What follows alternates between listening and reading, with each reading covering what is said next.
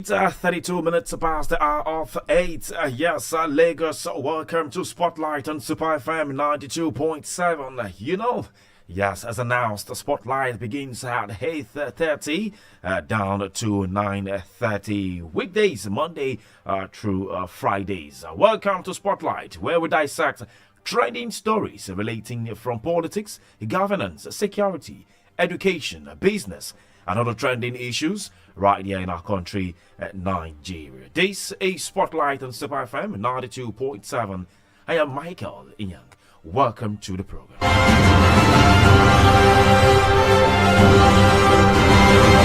Today on Spotlight, we examine the effects of Simon Ekpa'S arrest. Yes, let's examine the effects of one man who completed the 2023 or 2003 African Junior Athletic Championship, who also won a silver medal in the 100 meters race in Cameroon, and then resigned or left due to injury. This is one man who also was born in Biafra. Ekpa moved to Finland in 2007 as an athlete. Also, Ekpa, a long-term resident of Lathi and former local councillor, committed offences in Finland, which gave a court jurisdiction in a case. Well, he had denied all charges. A Finnish district court sentenced the Biafran political activist Simon Ekpa to 6 years imprisonment over terrorism-related crimes. Well, according to the verdict, Ekpa used his large social media following to inflame tensions in the Biafra region between August 2021 and November 2024. The court said he was an influential member of a separatist movement that established armed groups seeking Biafra's independence by force. He was found to have supplied these groups with weapons, explosive, and also ammunition through his contacts in the region, while also encouraging his followers on social media platform X to commit crimes in Nigeria. The Finnish National Bureau of Investigation, NBI, which led a probe, had earlier frozen Ekpa'S assets as well as those of his associate and affiliate companies. This district court ruling was delivered in a final case on appeal yesterday. But in all of this, well, the Ministry of Foreign Affairs has also confirmed this, and right now there are jubilations in the camp of the federal government of Nigeria. And now joining us live all the way from the United States of America, Texas precisely, is an ambassador, also a national secretary, retired members of Nigerian Armed Forces. We have Ambassador Dr. Oame Roy. Doctor, good morning and welcome to the program. Good morning. Good morning. It's always a pleasure. Thank you for having me. Let's go straight to the conversation. What was your reaction when you heard the news in regards to the arrest of Simon Ekpa? Well, let us not say arrest. He has been convicted already. So he was arrested, tried, and convicted. Yes, the conviction. I beg your pardon. Yes, the conviction. Yes. So for me, I always have my own kind of perspective.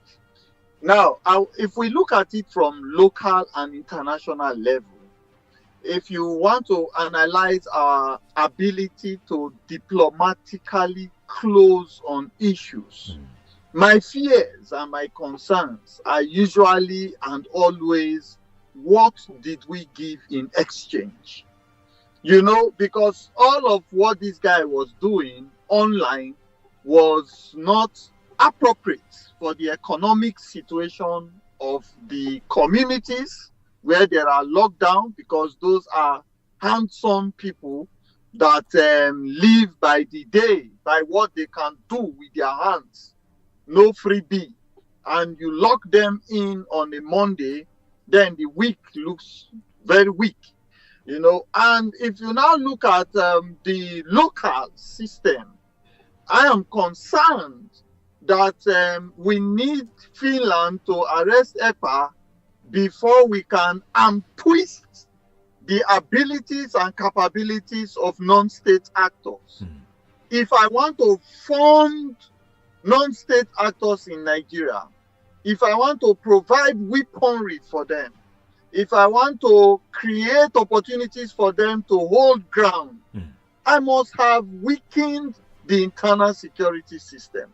How do we strengthen our internal security system so that people cannot be able to fund, allocate, deploy, and empower non-state actors? That's my opening remarks, sir. All right, thank you very much. What does this mean? I mean, there's so many, I will call celebration in the camp of the federal government. Well, the CDS has right now hailed the Finnish court verdict and say, well, they are happy.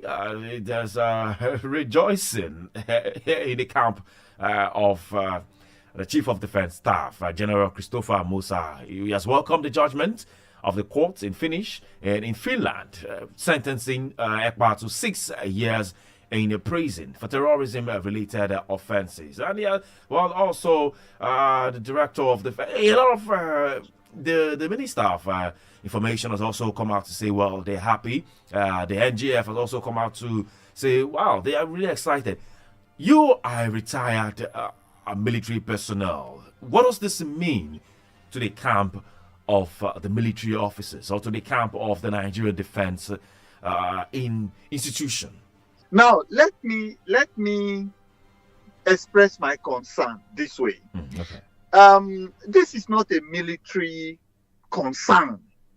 If I am the CDS and I am asked to comment on this, I will ask them to go and get comments from the police and the DSS.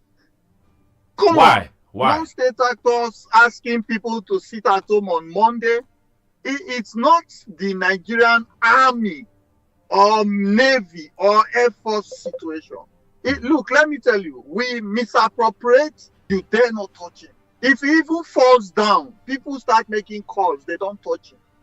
You know, but we have used political influences to weaken the meat of the military. Ambassador, sir, we'll come to more of these. So let's quickly take a short commercial break. When we return, we'll really expatiate this conversation. One radio, 92.7 Super FM. Your one family. One family. One radio, 92.7 Super FM. Your one family, one One family. One radio, 92.7 Super FM. Your one family, one radio, Super 92. One family. One radio, 92.7 Super FM. Your one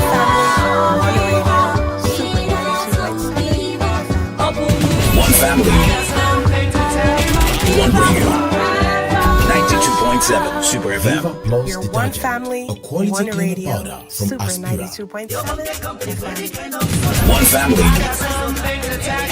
One radio, 92.7 Super FM. Your one family, one radio, Super 92.7 FM. One family. One radio, 92.7 Super FM. Your one family, one radio, Super 92.7 FM. One family. One radio, 92.7 Super FM. Your one family, one radio, Super 92.7 FM. One family. One radio, 92.7 Super FM. Your one family, one radio, Super 92.7 FM. One family. One radio, 92.7 Super FM. Your one family, one radio, Super 92.7 FM. One family. One radio, 92.7 Super FM. Your one family, one radio, Super 92.7 FM. One family. One radio, 92.7 Super FM. Spotlight on Super Your one FM family, 92.7, coming to you live from Victoria Island, Lagos. And yesterday on Spotlight, we're examining the effects of Simon Ekpa'S arrest. I gave you an introduction that this man was once, he was once an athlete. Yet he completed the 2003 African Junior Athletics Championship. He even won a silver medal in the 100 meters in Cameroon right there. But due to injury, well, he left the scene of athletics. And right now, he's been sentenced to 6 years in prison by the Finnish court. All of this conversation is being re-examined. We've been making a deeper integration into this conversation. And National Secretary, retired members of Nigerian Armed Forces, is right here re-examining these effects of Ekpa'S arrest. Ambassador Dr. Hame Roy. Well, Ambassador, welcome back. Let's continue the conversation. You're trying to give a breakdown. What this arrest mean to the military institution in Nigeria? Yeah, thank you very much once again. You know, as military veterans in Nigeria, we are already pained by the consistent abuse of the sacrifices that we made and that uniformed personnel are making, and the sacrifices that military veterans are making while living in penury, in abject abandonment, in the midst of citizens that they protected. Now, let's leave that apart, so we'll not be as if we are digressing. Now, look at this, the military head, CDS and all of them making comments on this thing. It's outrightly wrong, okay? Because definitely what Ekpa was doing was distorting economic activities. He was empowering non-state actors who are aggressive to law enforcement agents and citizens also of their own tribe and dialect. So it is purely a case that the Inspector General of Police, he's the one that should be rejoicing there. The DSS, the Ministry of International Affairs, all of the agencies that connect with the Interpol, the International Police, you know, these are people that should have been interfacing with this disgruntlement and be addressing it with the might of their institutions, not the military. But military has to do with the international security, international protect our international scene, you know, making sure that, you know, things between our lands are covered well, are governed well, are protected well, are secured, you know, from the external fact. So is this not an international crime or an international act that you're saying that it's only the police that should be involved in such? You said the CDS is making comments. I'm saying the police should be making comments and the DSS. That's one. Two, this situation, the military is more engaged in protecting our territorial integrity. When another country is trying to enter into our territorial integrity by land, by air, and by sea, to abuse our territorial space, that is where you will see your army coming out to address that situation. Then, internally, when the police and the DSS inform the military that this is beyond us, that's one.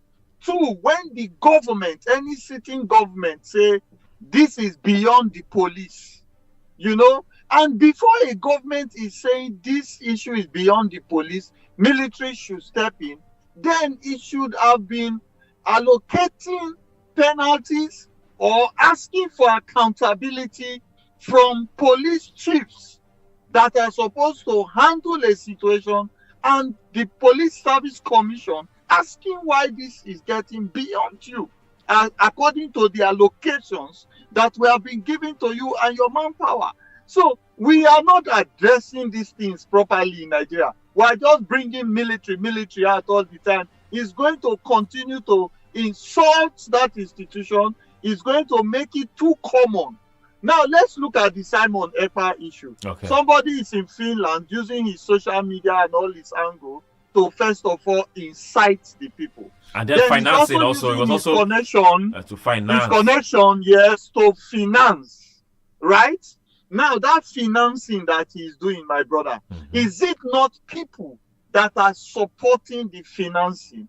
According to these findings now that Ekpa has been appropriated with a penalty in court, ask me, how many of his cohorts through our EFCC, through our border posts, our ports, the immigration, the customs, how many of their activities have we been able to curb ourselves? Say, okay, we have arrested Roy. He's the one that gives money to Ekpa, or Ekpa gives him money. We have arrested this. We need to learn to achieve that. That is the only way we can weaken terrorism, terrorist activities, and non-state actor activities. But let's also look at the oxygen of terrorism. You know, some people say the oxygen of terrorism is publicity, the hype, giving life to their acts. How do we curb this oxygen of terrorism? Because some of these terrorists, or most of these people who do this, commit this crime, they want to be known. They want to do it and take the glory that yes, they did this thing. So are we not giving too much hype, publicity to this so-called terrorists? No, thank you for that. But what I see in that angle is this: terrorism is a group of persons that use violence to intimidate, to threaten, and to cause fear among a lot of people, a community or a targeted people. Now, what do they use to do that? They kill, they maim, and they distort economic activities, and they hold ground in territorial integrities of certain nations.